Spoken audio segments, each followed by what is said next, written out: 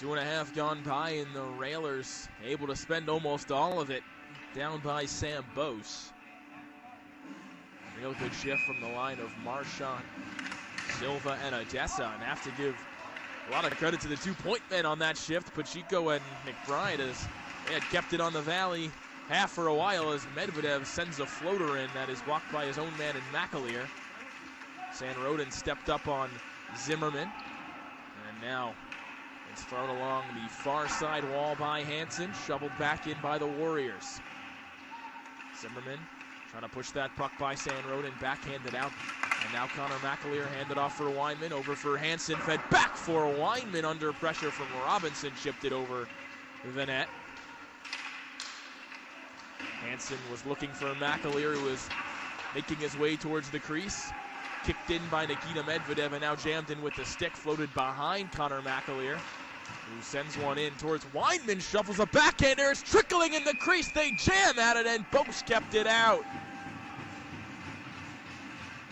McAleer did not get all on that attempt, but it wound up on the tape of Jack Weinman anyway.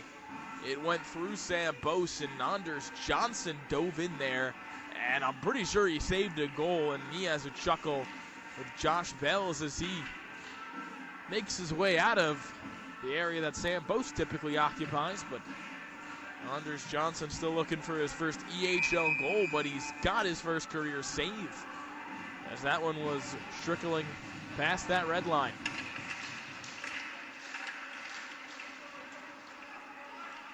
McWhinney protecting the puck as he found Matt Pacheco. In behind for Ed Soulier. Soulier wrapped up by Bells, got the stick in the midsection. Now Lombardi in the middle, and he scores!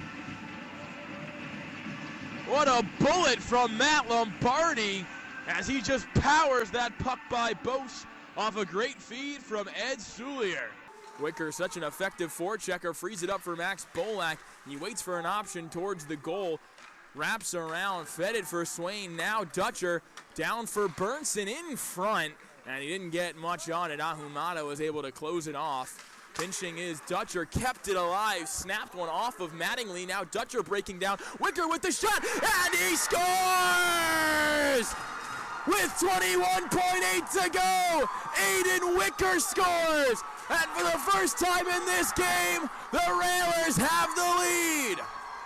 50-50 draw comes to Ryan Dutcher as he followed it up. Now Kidd to O'Malley. Kidd trying to break through. O'Malley dragging. He shoots. It's blocked. Up the wall. Dutcher stationary. 2-on-1 here. Tomac lapping ahead. He's in. And he scores! Drake Tomac. Hat-trick goal. Game-winning goal. Game 3 in Tewksbury on Sunday. The last few minutes of this game have certainly belonged to the Seacoast Spartans. McBride fanned on a pass. He's going to have to hustle to clean up the mess he made. Here is Braden Riley. His shot was negated by Jack Collard. Colin Craig given a rough ride by Collard.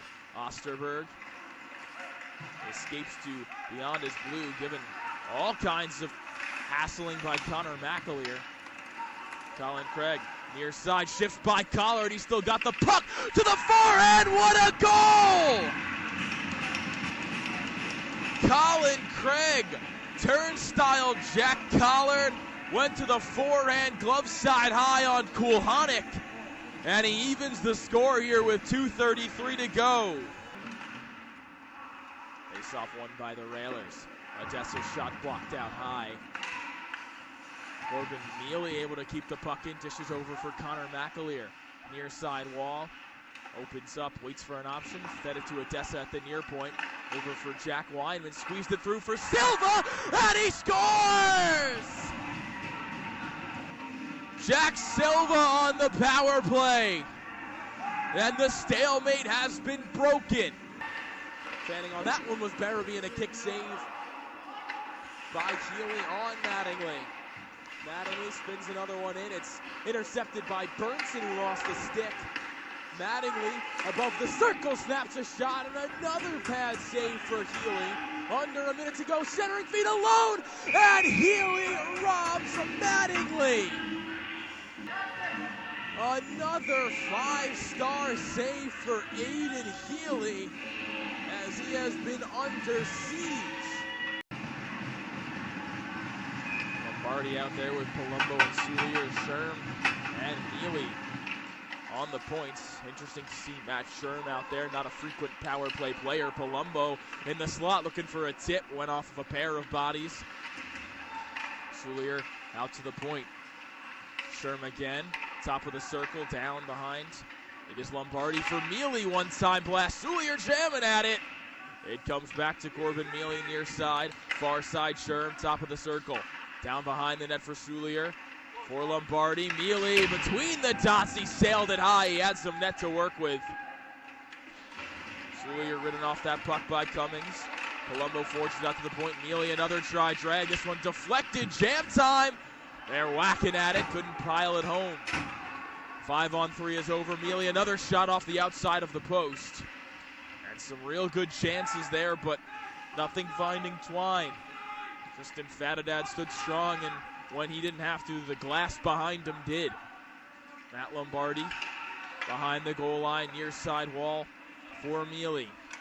Lofts one to Sherm, far side point, goal line Connor McAleer back to Sherm. Center point, Mealy shuffled off to the near side for Lombardi. Cruises in, goal line, Palumbo, backdoor McAleer! And Fatadad in the split stopped him! BJR up with it, blasting aim. Working on Swain, and Swain tabletops him with the old school hip check.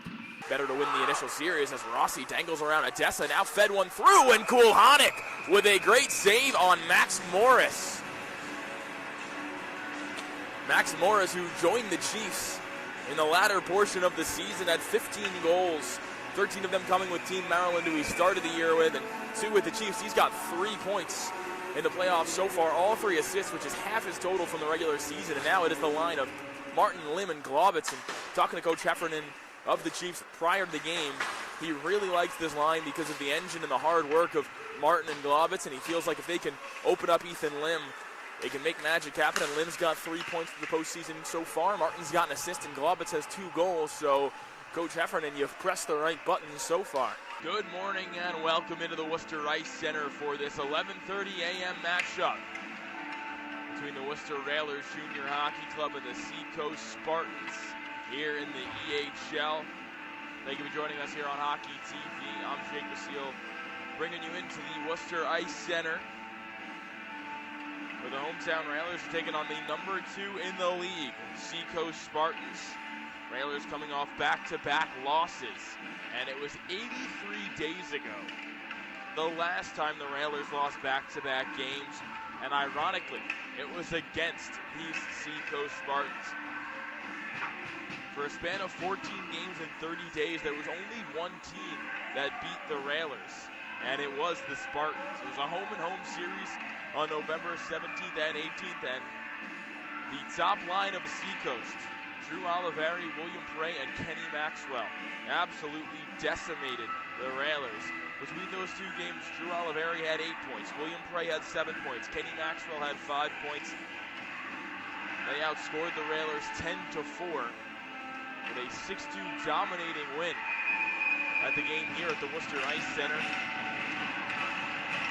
Railers managed to make it a much more interesting game at Exeter. In fact, outplaying Seacoast, but they could not get the job done, and puck has dropped, and a big reason for that was the netminder wearing 33 for Seacoast right now, Tristan Fatadad, who stopped 41 shots that game. 8 seconds left. The Chiefs will hustle their way out of the zone, and Anthony Marchant with the steal will seal it. And the Railers are headed to Providence. They say the road to Providence goes through Worcester. For the Railers, it will come from Worcester, and it will be a road of redemption. They lost in the semifinals last year to the Express. They will look to go all the way in what is their 2nd straight year getting to the Frozen Finals.